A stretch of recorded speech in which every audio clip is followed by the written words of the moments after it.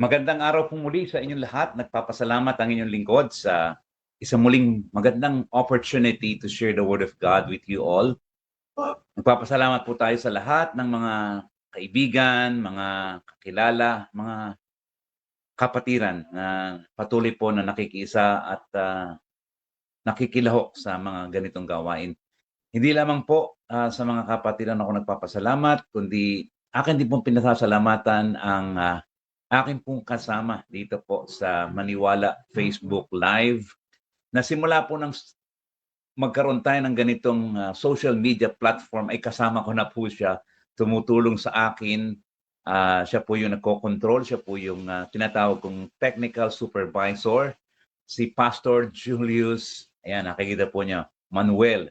Nakikita niyo po ang kanyang picture.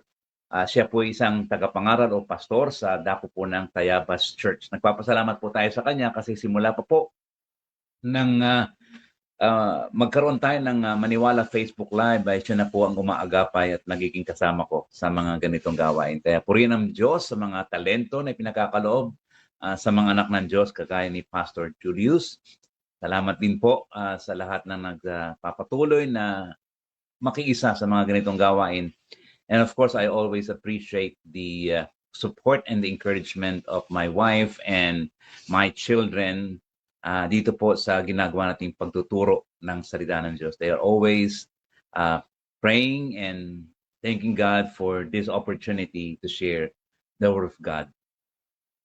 Ngayon pong araw na ito ay ating pag-uusapan ang isang katanungang muli na marahil ay naitatanong ng marami sa atin o ng ilan sa atin, for whom was the death of Christ intended? Para kanino ang kamatayan ni Kristo?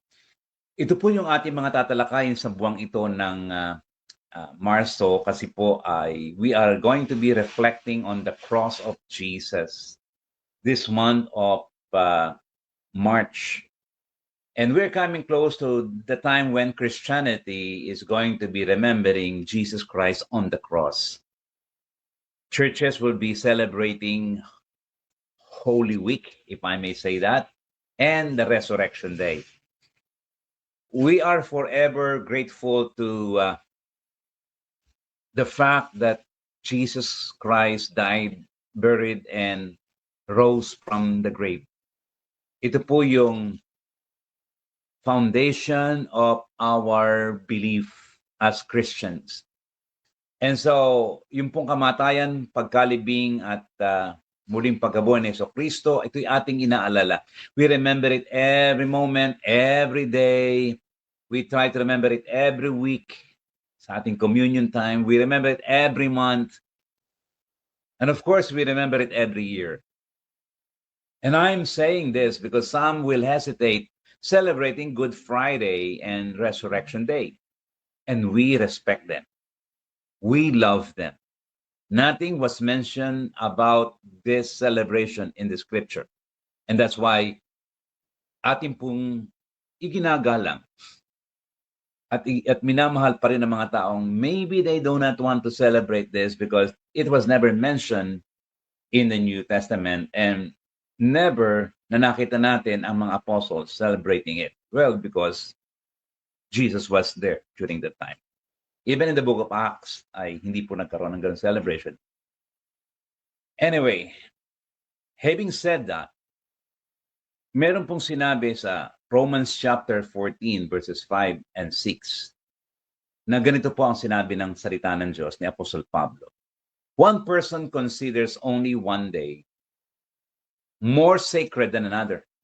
Another considers every day alike. Each of them should be fully convinced in their own mind. Whoever regards one day as special does so to the Lord. Mga kapatid, let us just respect. May nagse-celebrate, fine. Merong ayaw mag-celebrate because it is not in the New Testament, it is not in the book of Acts, that's fine. Talagang may ganun. May mga tao na itinuturing ang isang araw na mas mahalaga at sabi nga po ni Apostol Pablo sa Romans 14:1, huwag tayong maghatulan sa mga bagay na ganito. So what was the death of Jesus Christ aiming to satisfy? Punta na po tayo doon sa ating tanong sa araw na ito. Meron pong iba't ibang mga pananaw patungkol po sa kamatayan ni Jesucristo at kung ano ang kanyang binibigyan ng satisfaction. What was the death of Jesus Christ aiming to satisfy? Lahat po ng mga pananaw na ito na aking babanggitin sa inyo mga kapatid, they have representatives from history. They have their own proponents. Meron po silang tagapagtaguyod. Each view ng pananaw na ito kung para kanino ang kamatayan ni Kristo, meron po silang kanya-kanyang ginagamit na scripture to prove their points. Each view din po ay merong kani-kaniyang kahinaan. Merong kanya-kanyang weaknesses. And our goal today is to offer a view that is closer to the reason Jesus died. And I would simply say that, a view that is closer to the reason Jesus died. Kagaya nga po ng nasabi ko, lahat ng view na ito ay may kani-kaniyang proponents, lahat ng view na ito ay may kanya-kanyang scriptural support. But I believe that there is a closer view to the reason Jesus Christ died. And later on, we will summarize the importance of each view. Another goal we have today is to understand the importance of the death of Christ. His death, His burial, and resurrection. Kasi ito po yung foundation. The death, the burial, and the resurrection of Jesus Christ is the foundation of Christianity. Ito po ang dahilan kung bakit tayo ay may pananampalataya at meron tayong kaligtasan ng sa ating kasalanan at meron tayong pagkabuhay na muli.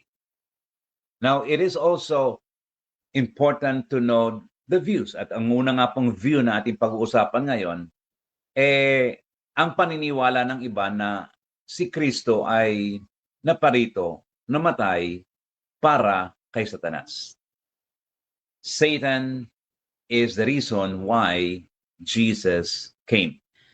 And so they believe, and this view believes, that the death of Christ was satisfying Satan's demand for payment to his captive. At sino po ang kanyang mga sinakop? Ang tao. This is called ransom to Satan view. Na sinasabi po ng pananaw na ito, na nung tayo magkasala, tayo ay possession na ni Satan. Tayo ay angkina ni Satanas. Tayo po ay mga nabibilanggunan ni Satanas.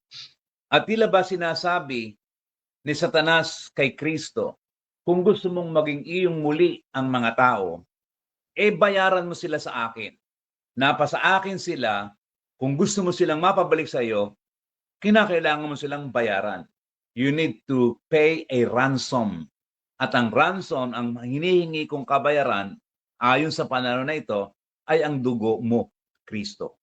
Ang dugo ni Jesus. Ang isa pong nag-propose ng view na ito ay sa church history ay si Origen.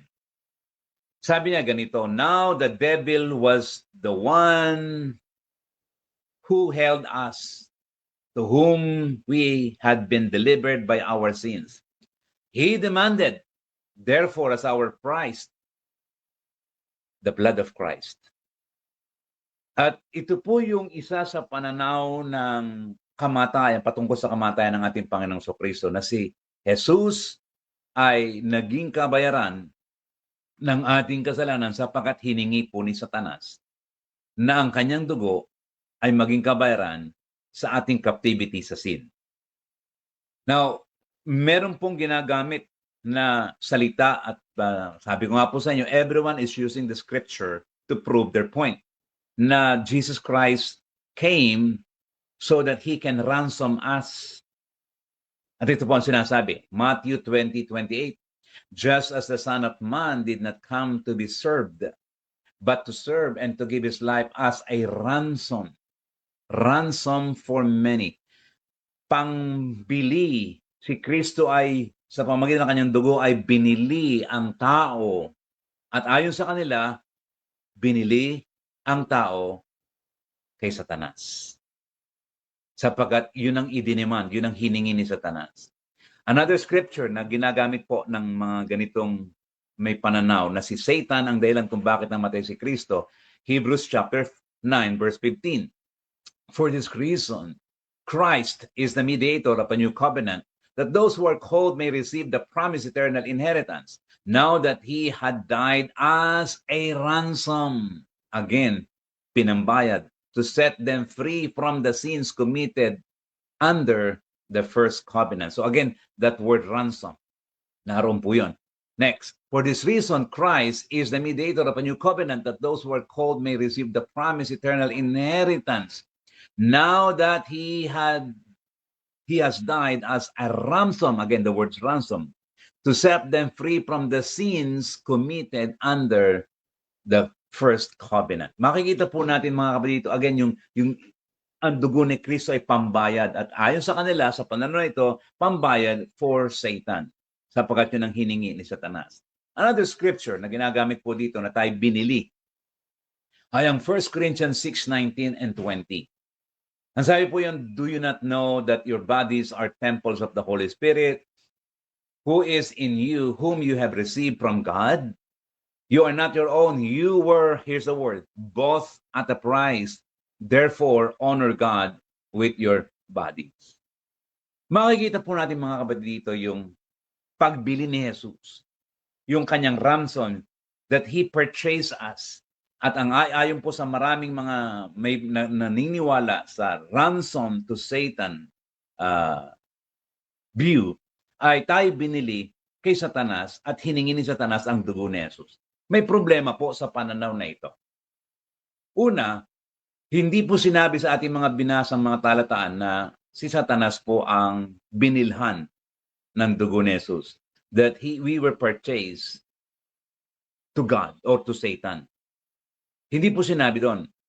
Pinambili ang kanyang dugo para sa marami. And many others, bought with a price, but no specific word about Satan. Ikalawa, na gusto ko pong banggin ito, i-highlight dito. Ang problema sa view na ito is sin offended God's holiness.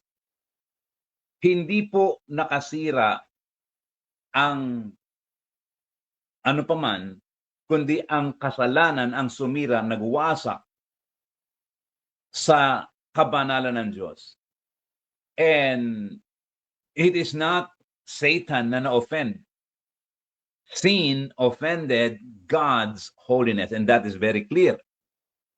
Isa pa po, the cross was a judgment to Satan, not a ransom for Satan. Ang krus po ni Kristo ay naging isang hatol kay Satanas. Hindi po pangtubos para kay Satanas. At mamaya po pag-uusapan pa natin ang ilang mga bagay patungkol po dyan. Pangalawa pong pananaw, kung kanino namatay si Kristo at para kanino ang kanyang kamatayan. Unang view, para daw ito kay Satan. Pangalawang view, ito daw po ay para sa sangkatauhan, for man. The death of Christ was targeting man to influence his heart to repent or to turn from sin to God. At ito po yung kanilang pananaw na si Kristo'y namatay upang impluwensyahan, upang akitin ang puso, ang kalooban ng tao para lumapit kay Jesus, magsisi ng kanilang kasalanan at lumapit kay Jesus. Meron pong iba't ibang pananaw ito. Meron pa po itong iba't ibang pananaw. Ang una pong pananaw dito ay yung tinatawag na moral influence theory. Ito po isang positibong pananaw na si Kristo po ay nagdusa. Christ's suffering reveals the deep and tremendous love of God, and it evokes, ito'y humihingi a responsive love from man's part. Ito po yung tinatawag nilang moral influence theory. Namatay si Kristo para sa tao, para magkaroon siya ng moral influence, para magkaroon siya ng pagpapakita ng kanyang malalim na pag-ibig sa tao. At yun po ang pananaw ng mga nasa grupong ito. At isa nga pong halimbawa dito na may ganitong pananaw, gaya nga na sinabi ko, meron pong kanya-kanyang proponents, ay ang bawat view, si H. Bushnell. Sabi po niya, the cross is the moral power of God which can pierce, press, draw, sway the soul. Christ is the moral power which masters the soul's inward disorder and renews it in holiness of life.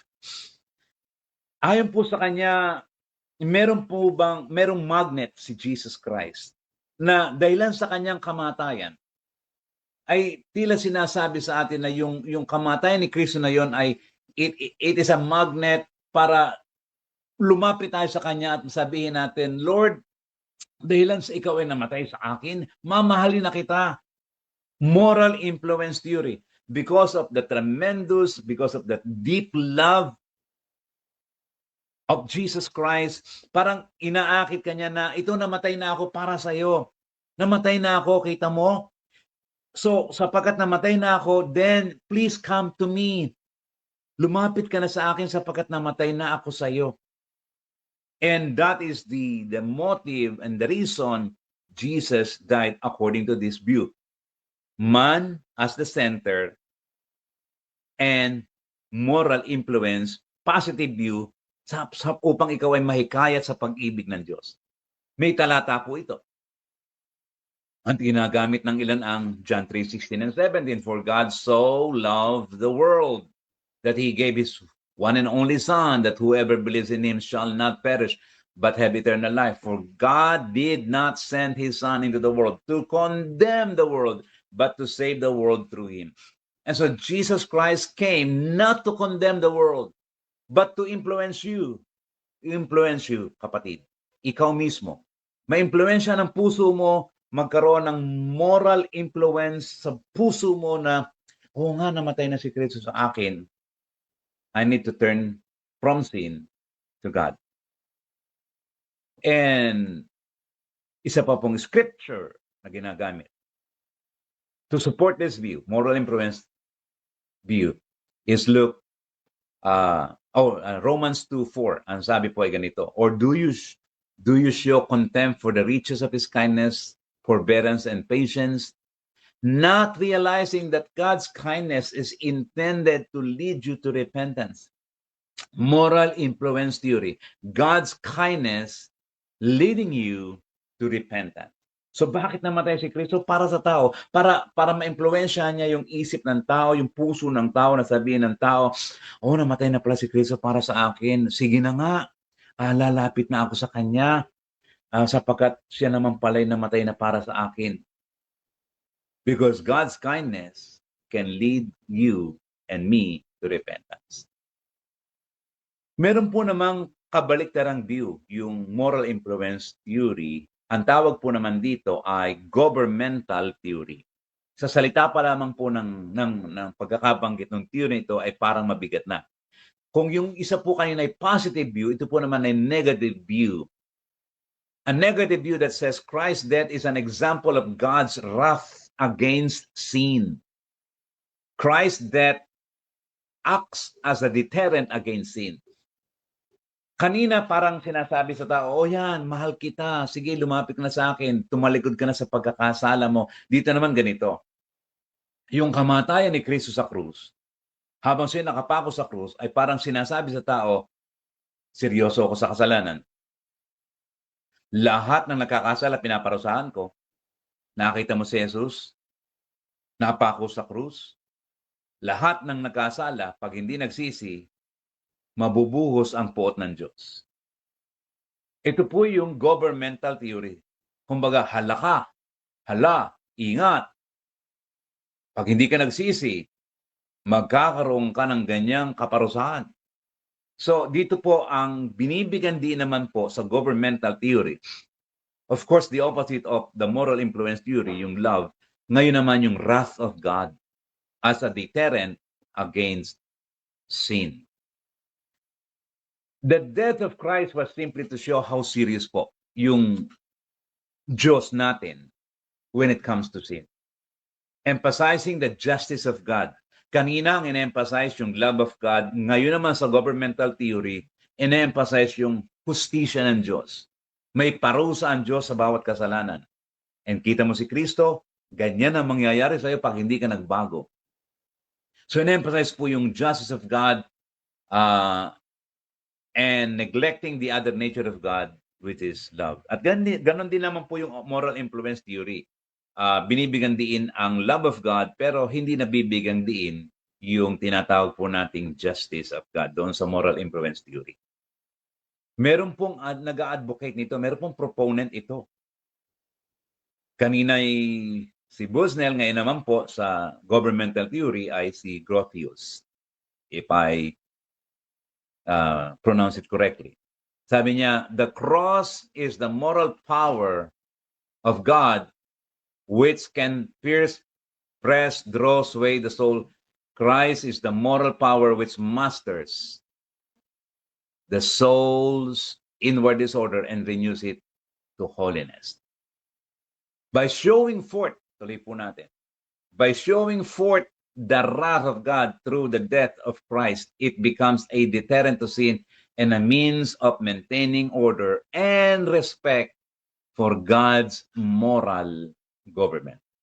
Kapag ikaw ay pinarusahan sapagkat nakita mo na pinarusahan si Kristo, magiging ito'y hadlang na para ikaw ay patuloy na magkasala at magkakaroon na ng tinatawag na order and respect for God's moral character.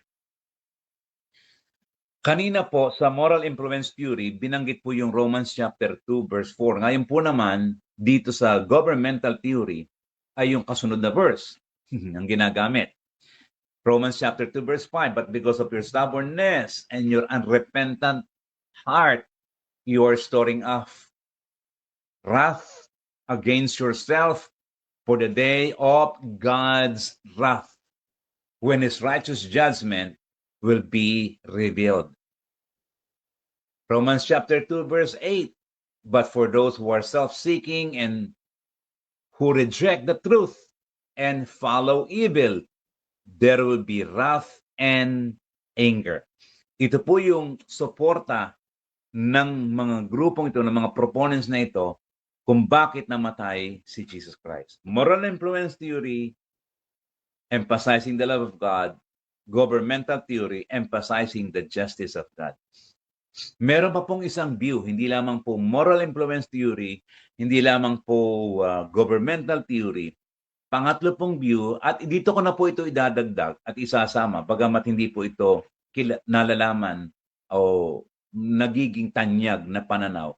Yung pong tinatawag na interpersonal relationship theory.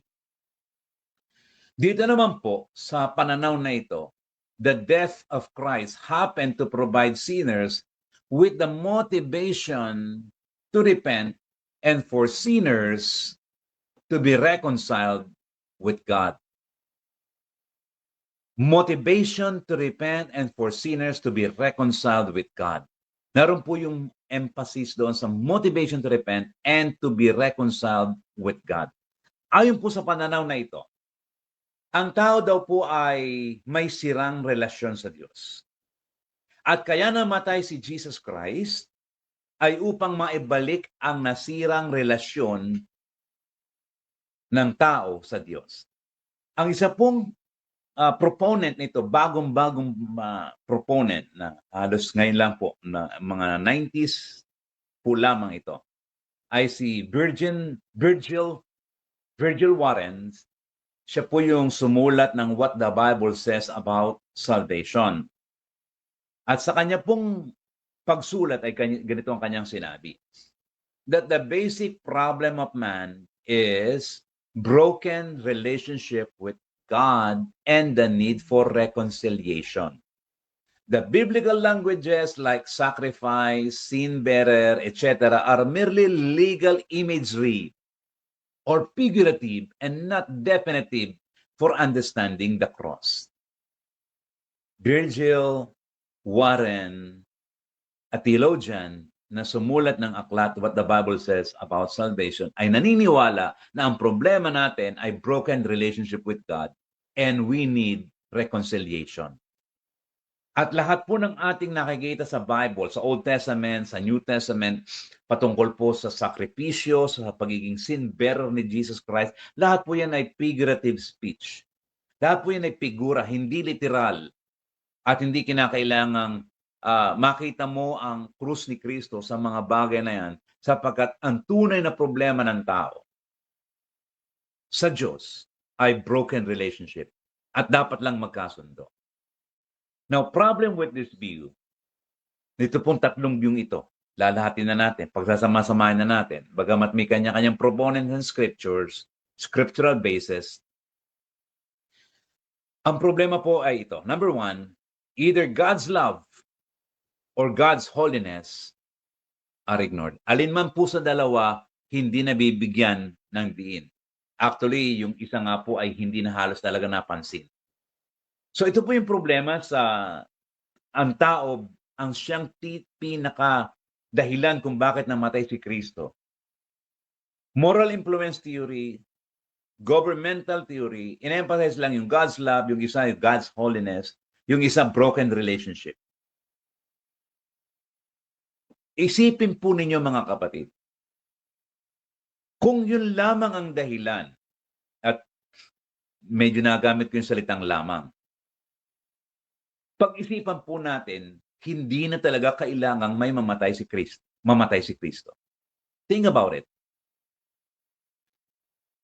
Dito po sa pananaw na ang tao ang dahilan kung bakit si Kristo ay naparito, the importance of the cross of Christ is taken lightly and inappropriately. Bakit po? Kasi kung halimbawa moral influence theory, gusto lang ipakita ng Diyos ang kanyang pagmamahal. Eh di pwede na niya sabihin, kagaya ng creation, tulad ng creation, nung ginawa niya sa creation, let there be, and there was. Di ba? Kung ang nais po lamang ng Diyos sa sangkatauhan mapatawad ang tao sa kanyang kasalanan, idideklara lang ng Diyos, God will simply speak and everything will be okay. Kagaya ng magkaroon ng kapatawaran sa buong sanlibutan and there was forgiveness of sin. Di ba? Hindi na kinakailangan may mamatay. Hindi na kinakailangan ng kamatayan ni Kristo. Let just God speak and there will be the result. Pero hindi eh. Hindi po nabigyan dito sa pananaw na ito kung bakit may governmental, may moral influence theory, may governmental theory. Kung kinakailangan lamang talaga na may mamatay para matakot tayo, napakalaki naman yatang bagay na yung pa ang ginawa na para lang mag-example ng namamatay kapag nagkakasala. Bakit? Kinakailangan pang magkatawang tao ang Diyos. And so, ang akin po sinasabi dito, there are weaknesses in these views. Lalo tigit doon sa huli nating binigyang diin na ang problema ng tao ay interpersonal relationship. Broken relationship na kailangan lamang ng reconciliation. Pangatlo po na pananaw, okay? So kanina po, ang una ay sinabi natin, ang unang pananaw kung bakit namatay si Kristo para kay Satanas, para bilhin ng tao sa kasalanan. Pangalawa, si Kristo namatay para sa tao. Pangatlo, ito po yung pangatlong pananaw. God. The death or the cross of Christ was for the purpose of satisfying both the love and holiness, of God. This view, the third view, ito pong pananaw na ito, na ang Diyos ang dahilan kung bakit namatay si Kristo. The cross of Christ was for God. This view says that the target or the one being satisfied or the one who demands the death of his Son, Jesus Christ, is God Himself. Ang tawag po dito ay penal substitution view or substitutionary atonement. Pagpapalit, paglilipat ng parusa sa hindi nakasala. And I will explain that later. Ang isa pong naniniwala dito, ang proponent po nito sa history ay si Anselm. Sabi ko nga po sa inyo, lahat po may kanya-kanyang proponents. Ang sabi ni Anselm, because of his sin, man must either render satisfaction to God or suffer eternal punishment. But sin itself excludes the former option. This is why God became man in order to render the satisfaction for us. Gusto ko pang bigyan ng din yung huli.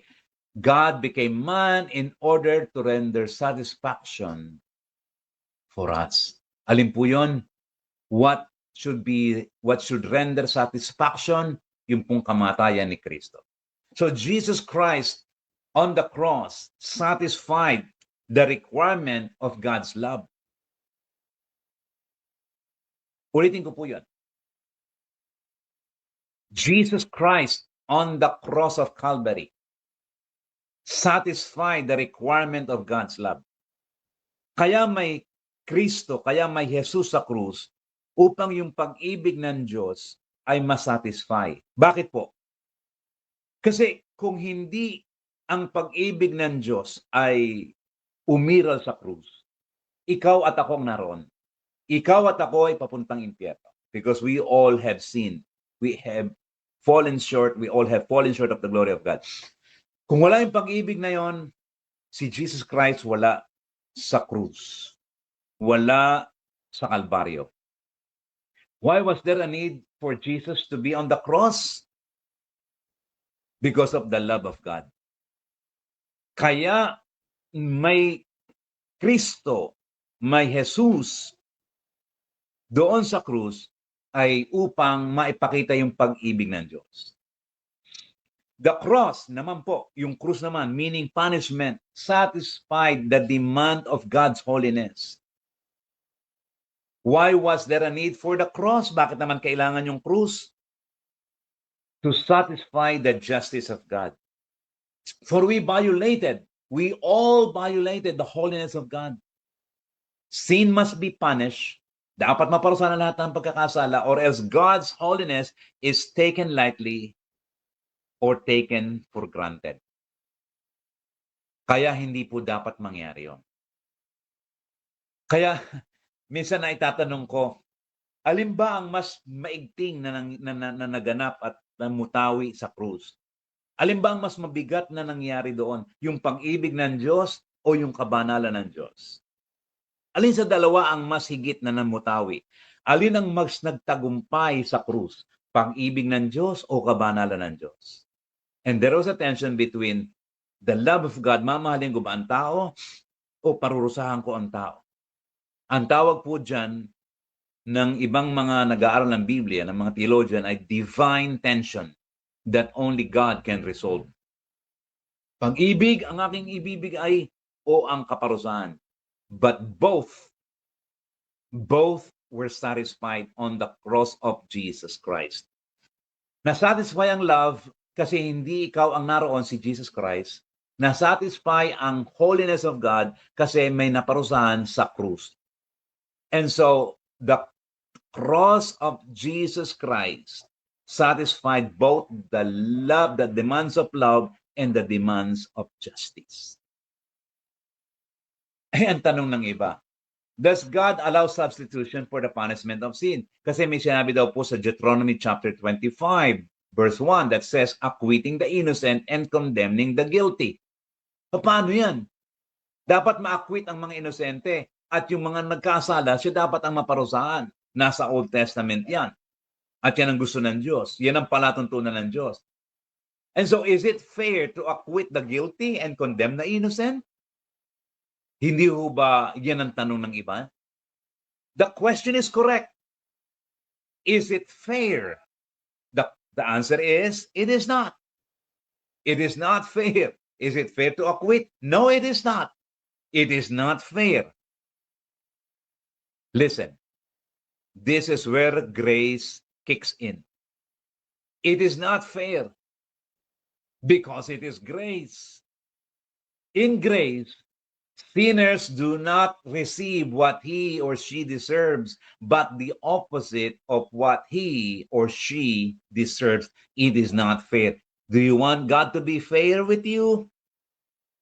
I don't want God to be fair with me when it comes to the treatment of my sin. Kasi if God will be fair with me in the way that he will treat my sin, well, I deserve hell. That's it.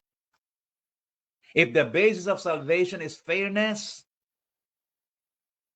acquit the innocent, condemn the guilty, I have no hope of salvation.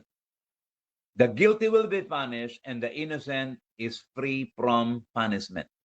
But if God will be fair, and if God will be fair, no one will be saved.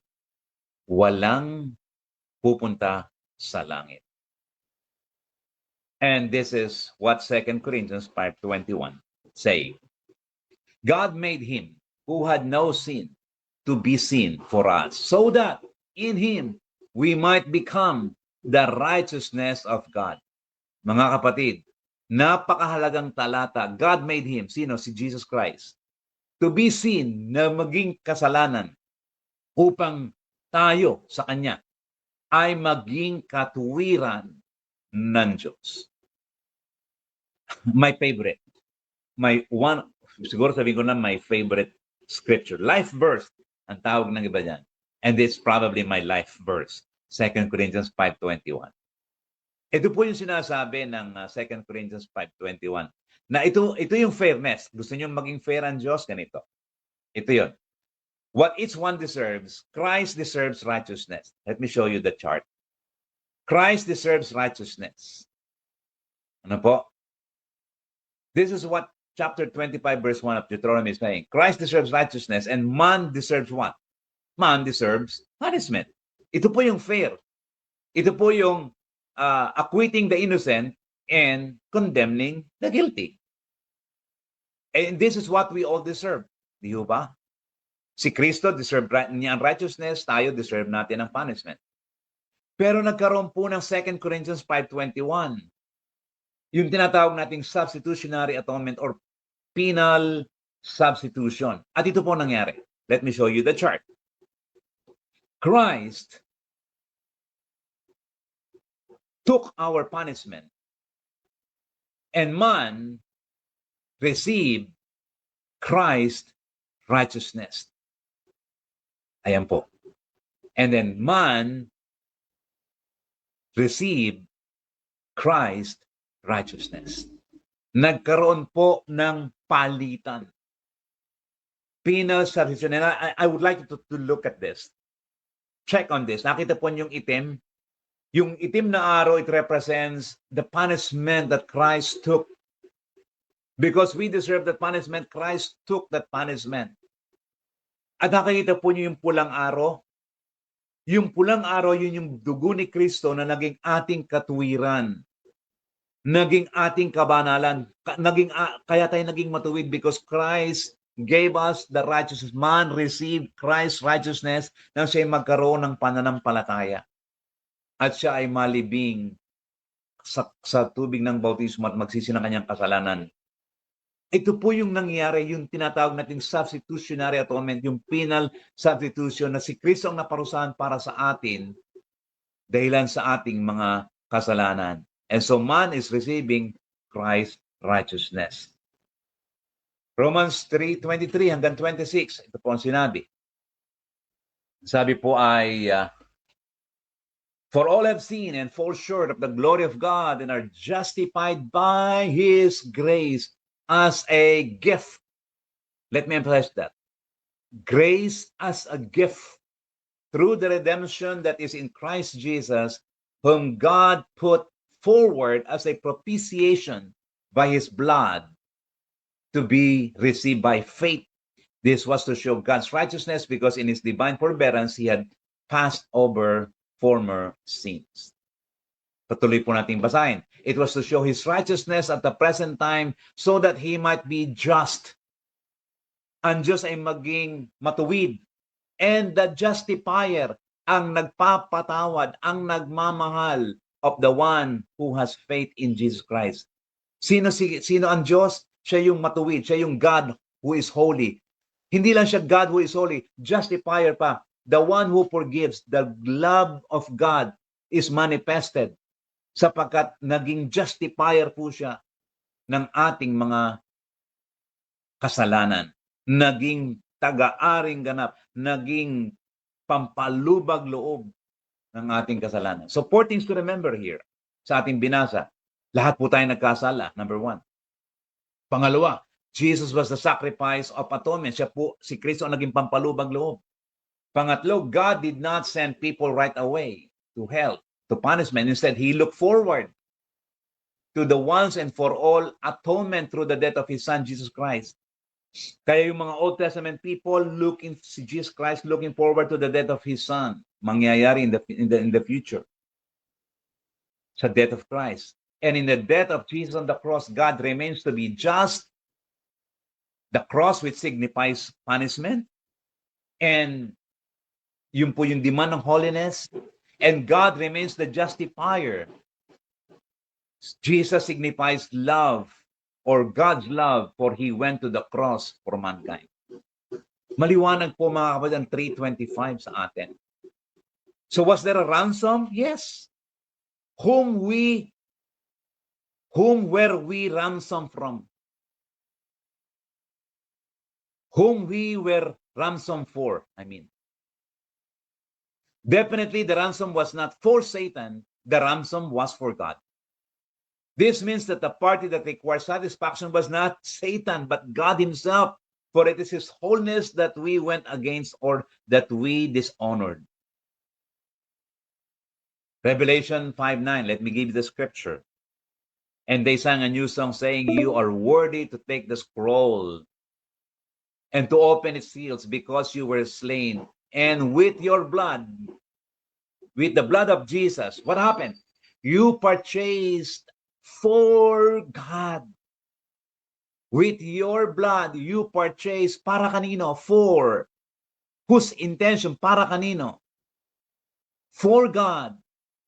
Persons from every tribe and language and people and nation. Para kanino ang dugo ni Jesus? Para sa Diyos.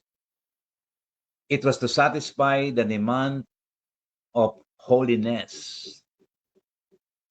Because kung hindi mababayaran ng kasalanan through the death of Christ, para po nating minamaliit ang kabanalan ng Diyos. Let's continue reading. And they sang a new song saying, "Worthy are you to take the scroll and to open its seals. For you were slain," Jesus Christ po yun, "and by your blood, you ransomed people for God from every tribe and language and people and nation, and you have made them a kingdom and priests to our God, and they shall reign on the earth." Emphasize po natin, by your blood, you ransomed people. Para kanino? Para kanino? Para kanino? The ransom was for God, so that the wholeness of God may be satisfied. At nagkaroon ng Jesus sa krus, so that the love of God may be satisfied. Sabi ko nga po sa inyo mga kapatid, its theory of atonement plays an important part in the plan of salvation. Hindi natin minamahina ang lahat ng view na ito. At hindi natin minamali ang mga view na ito. Namely, yung view na si Kristo namatay para kay Satanas, para sa tao, at para sa Diyos. Pero kinakailangang ilagay po natin sa lugar. Dapat nating ilagay sa lugar para ano ang kay Satanas, para ano ang sa tao, para ano ang sa Diyos. At ito po ang aking gustong i-share sa inyo. In the general plan of salvation, man is the focus. Mahalaga po ba ang tao sa kamatayan ni Kristo? Opo. Kapag ang pag-uusapan po natin general plan of salvation, ang tao po ang focus niyan. When I say plan of salvation, the plan of salvation starts in Genesis chapter 3 and ends in Revelation. Tandaan po ninyo yon. Ito po yung plan of salvation. Hindi po ito yung simpleng plano ng Diyos sa kaligtasan, kundi the plan of salvation from the beginning na magkasala ang tao, Genesis 3 hanggang sa Revelation. Okay, so in the general plan of salvation, man is the focus. Pangalawa, in the death of Christ, God is the focus. God's justice requires death as the payment for sin. Kaya namatay si Kristo at si Kristo ay naroon para naman masatisfy ang God's love. Para hindi ka ang naroon. And pangatlo, in the resurrection of Christ, Satan's complete defeat is the focus. Sa pagkabuhay na maguli naman ni Kristo, on the third day, ang focus naman po ay si Satanas. Sapagkat kung hindi nabuhay na maguli si Jesus Christ, kayo at ako'y walang pagkabuhay na maguli. At tayo nasa ating pang mga kasalanan. And so, the resurrection of Christ is the ultimate defeat of Satan sa paghawak niya sa ating kasalanan. Kasi kung hindi nabuhay na maguli si Kristo, tayo nasa ating pang kasalanan. Mga kapatid, maraming salamat po sa inyong patuloy na pakikipag-aralan ng salita ng Diyos. At umaasa po ako na as we reflect on Jesus Christ and His death this season, that this will be a very meaningful lesson for you to remember. Muli po sa Panginoon ng Kapurihan at sumainyo po ang aking pasalamat. Jonathan Oriliasa.